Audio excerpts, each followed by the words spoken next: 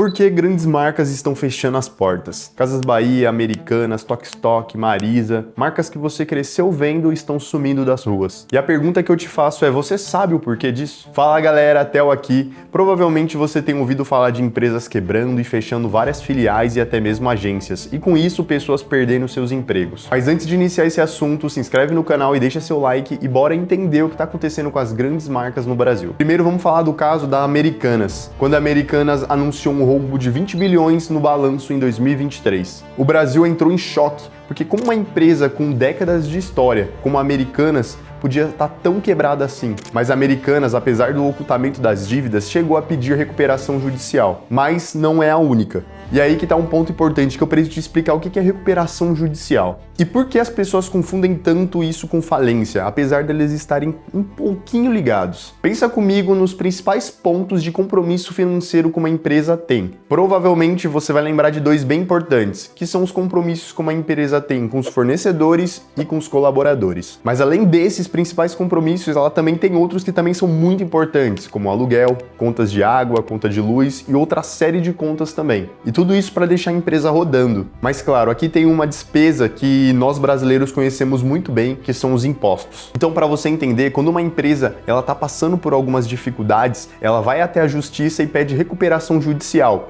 Ela traz provas de que ela está passando por dificuldades financeiras, mas que ainda tem a capacidade de se recuperar se, claro, ela tiver um certo tempo para isso. E esse certo tempo seria uma pausa nas cobranças. Imagina essa recuperação judicial, no seu caso, como se eu deixasse pelo menos uns 3 meses sem você ter uma conta no seu cartão de crédito, boleto para pagar, e você me apresentasse o plano, como que você iria pagar eles futuramente, sabe? É um exemplo bem básico, mas seria mais ou menos assim. Mas calma aí que eu ainda tenho mais coisas para te explicar. Esse processo pode impedir que uma empresa vá à falência e permite que a empresa apresente um plano de como que vai negociar suas dívidas. Mas aqui está um ponto muito importante. Apesar dela declarar recuperação judicial e as contas serem meio que pausadas temporariamente, ainda assim os impostos continuam sendo cobrados normalmente. Mas apesar dos impostos não serem cancelados, você acaba tendo alguns benefícios exclusivos, como parcelamento com prazo maior para pagamento e outras formas também que você acaba conseguindo negociar. Mas você deve estar se perguntando, por que tantas empresas vêm quebrando? Será que esse é o único ponto? E não, tem outros também. O primeiro deles é a alta taxa de juros. E aqui vai um exemplo simples para você entender. Imagina que você quer comprar um carro de 10 mil reais para você trabalhar. Com a taxa de juros baixa, você consegue pegar um valor emprestado com o banco para comprar esse carro e depois devolve para ele um valor a mais, como 12, 14 mil, dependendo muito. Agora vamos imaginar outro cenário, com a taxa de juros alta. Os mesmos 10 mil reais que você pegou emprestado podem se tornar até 20 mil reais ou mais que você vai precisar devolver para o banco. Fica muito mais complicado de você pagar essa dívida. E aí que tá o problema, que a dívida acaba ficando muito pesada e muitas pessoas deixam de comprar e as que compram, em muitos casos, acabam ficando inadimplentes. O Brasil tem cerca de 81,7 milhões de pessoas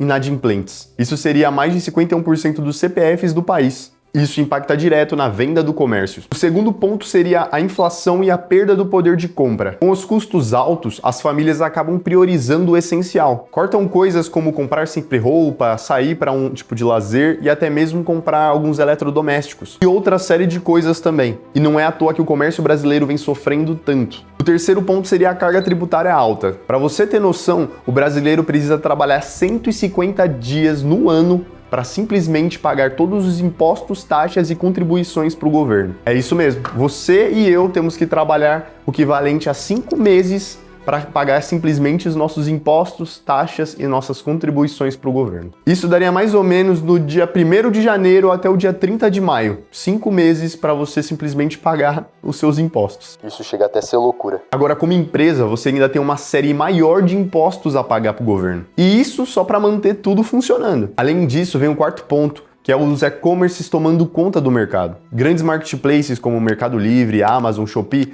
pegaram uma fatia grande no mercado e vem crescendo bastante. E até mesmo o comportamento do consumidor mudou, que prefere comprar sem sair de casa. E muitas vezes esse produto no marketplace vai ser até mais barato. Pensando que um produto na loja física tem diversas coisas que são levadas em consideração na hora de colocar aquele preço. Então não é surpresa para ninguém que a loja física hoje vem perdendo espaço. E o custo de manter uma loja hoje vem aumentando cada vez mais e chegamos ao quinto e último ponto, a falta de planejamento e a gestão. Muitas empresas aceleraram o processo sem se preparar, rejeitaram inovações que vinham chegando com os anos, tiveram falta de organização financeira, contábil e até mesmo na área do marketing em relação a novas ideias e como eles poderiam crescer. E quando eles tiveram essa percepção, já era tarde demais. Mas claro, isso não aconteceu com todas as empresas. Infelizmente, nós tivemos muitas empresas que quebraram nesses anos, mas muitas ainda se mantêm de pé. E um dos casos recentes é do Banco Bradesco. Para você ver que tudo isso que está acontecendo não é somente no varejo, mas também com alguns bancos. O Bradesco fechou 324 agências e demitiu 2.446 pessoas no primeiro semestre de 2026. É um número bem alto de pessoas que perderam seus empregos. Mas aqui está um detalhe bem importante. No mesmo período, o banco lucrou 13,8 bilhões. O Bradesco não está quebrando, mas ele está se adaptando à realidade atual. 98% das transações já acontecem nos aplicativos e na internet bank. A agência física vem perdendo sentido e o banco tem percebido isso. E um grande exemplo disso é o Nubank. O banco não tem nenhuma agência física e mesmo assim é um dos bancos que mais crescem no Brasil. Só isso dispensa uma série de gastos que um banco tradicional teria se tivesse uma estrutura física no Brasil. Esses são alguns pontos que eu separei sobre o que está acontecendo, porque ao meu ver, quando uma empresa fecha as portas, muitos funcionários acabam perdendo seus empregos e muitas famílias podem acabar ficando desamparadas por conta da falta daquele recurso que tinham e não tem mais. Enfim, oremos para que o nosso país melhore e venha crescer cada vez mais. Mas eu quero saber a sua opinião. Qual ponto você acha que faltou mencionar? Comenta aqui embaixo, deixa seu like e eu te vejo no próximo vídeo. Falou!